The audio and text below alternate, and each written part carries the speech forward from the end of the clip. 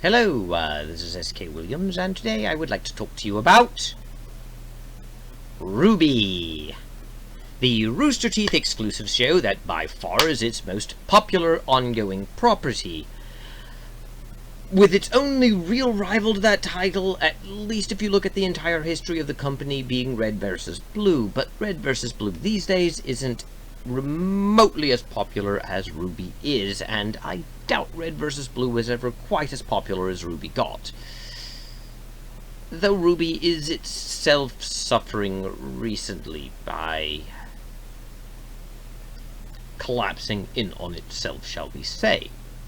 And some YouTubers have made a mark for themselves and even gained subscribers by being heavily critical of the direction the show has gone and its creative decisions, such as Fat Man Falling, Celtic Phoenix Productions. Those two actually work as a partner group, so I don't really see them as separate, but they are two distinct channels. There's another guy, AMPa, who also doesn't like RWBY, and did not like is probably too strong a word. They obviously enjoy RWBY to an extent, but realize its flaws, and I think a lot of the fun, for them at least, is pointing it out. In fact, I actually enjoy pointing out the flaws of RWBY myself, but to me it's not quite a Star Wars situation, where it does have similarities to the problems with Star Wars, but not quite. The biggest similarity is this. It is a show that was created as a passion project by one man, and it was his vision. And that man is no longer guiding the production, it is being handled by a corporation. But there are two differences.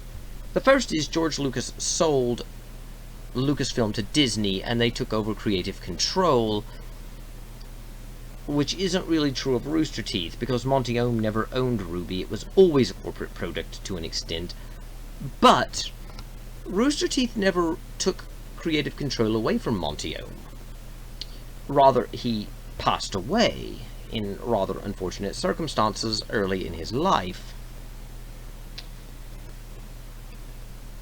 So, say what you will, but I get the sense that whether it's entirely sincere on their part in terms of their devotion to Monty Ohm, it does seem that the company and the current writers do, at least on some level, wish to honor his vision, with the main problem being they don't exactly know how to do the show without him. They don't exactly share that vision and don't really understand what they're doing.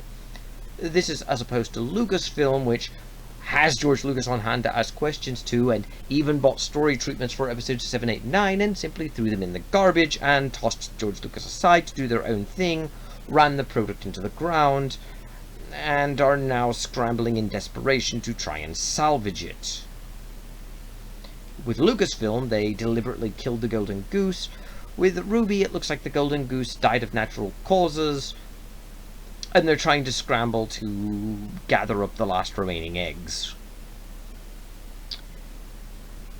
So in a way I give RWBY a little more of a pass than with Lucasfilm, because they're not rejecting the creator's vision.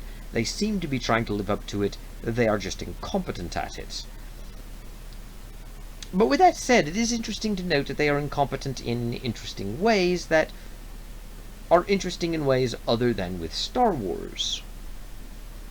With Star Wars, the incompetence is largely the result of them not caring about Star Wars. Even people like J.J. Abrams, who sold themselves as fans, are, one, beholden to the corporation and thus have their will subsumed by the corporate culture and the higher-ups, and two, seem to care more about the superficial elements of Star Wars, the imagery and certain superficial concepts like the Force, but don't really seem to understand it as a narrative. They don't understand what the story is about. If they did, they wouldn't be bringing Palpatine back in Episode 9 because he died. But they know Palpatine is popular, so they'll just dig up his grave and throw his lifeless corpse on the throne and hope it reanimates. And with the magic of sci-fi technology, the power of the Force, and of course the power of corporate tinkering, Palpatine will indeed live again, if only as an animated figure on screen, even if the concept of him is even deader than it was before. With RWBY, there's a spark of life still to it. And again, the people doing it now did not kill the flame. They simply inherited a bad situation. But that's sort of the thing with RWBY. This video isn't going to be particularly long because we are anticipating the new season when I'm making this video. And I intend on doing a longer video recapping a lot of this. I don't know if I will or not. RWBY is not high on my priority list. But it does seem like an interesting study nonetheless. Because with RWBY you have people who obviously were given a very vague outline and don't understand all of the elements that were going into the thinking, and certainly aren't the same person who created it, trying to maintain a product both to honor a fallen friend of theirs and because it is the most profitable thing that they have, and stumbling in the dark onto what is ultimately a very interesting story that's missing the parts that make it work. The truth is that RWBY has a lot in common not only with the Disney-era Star Wars, but with the prequels, where George Lucas came up with some really great ideas and the execution is where it failed. But with RWBY, the execution fails for a different reason, so it's the same but different again. With Lucas, it failed because he didn't quite understand dialogue and timing and pacing, but the concepts themselves he understood and told brilliantly. Whereas with RWBY, the writers of it now don't understand the concepts. Someone else did, but they know the concepts exist. They know the basic story beats, but they don't know what the story is actually about at its core. They don't understand it as a philosophy, only as a series of events, and they're dragging the characters from point A to point B to point C to point D in order to fulfill this outline, even though they don't know why the characters are actually there.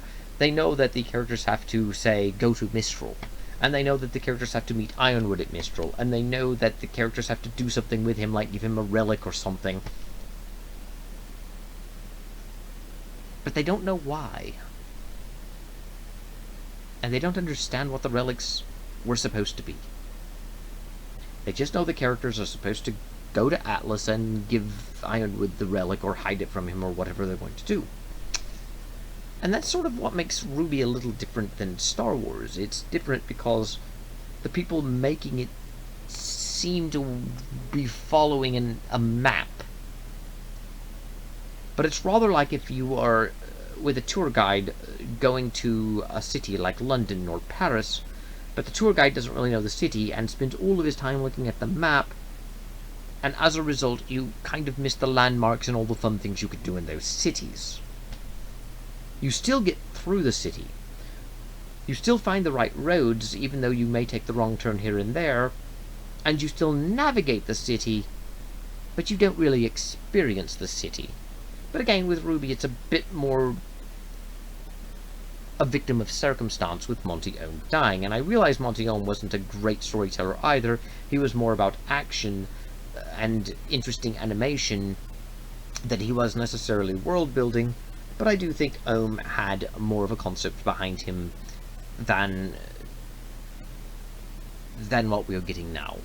But it's really hard for me to come down as hard on them because of that circumstance. I'm going to try and remake this video in the future, but for now I am going to sign off and hope Volume 7, I prefer calling it Season, that's what it really is, of RWBY turns out to be rather good.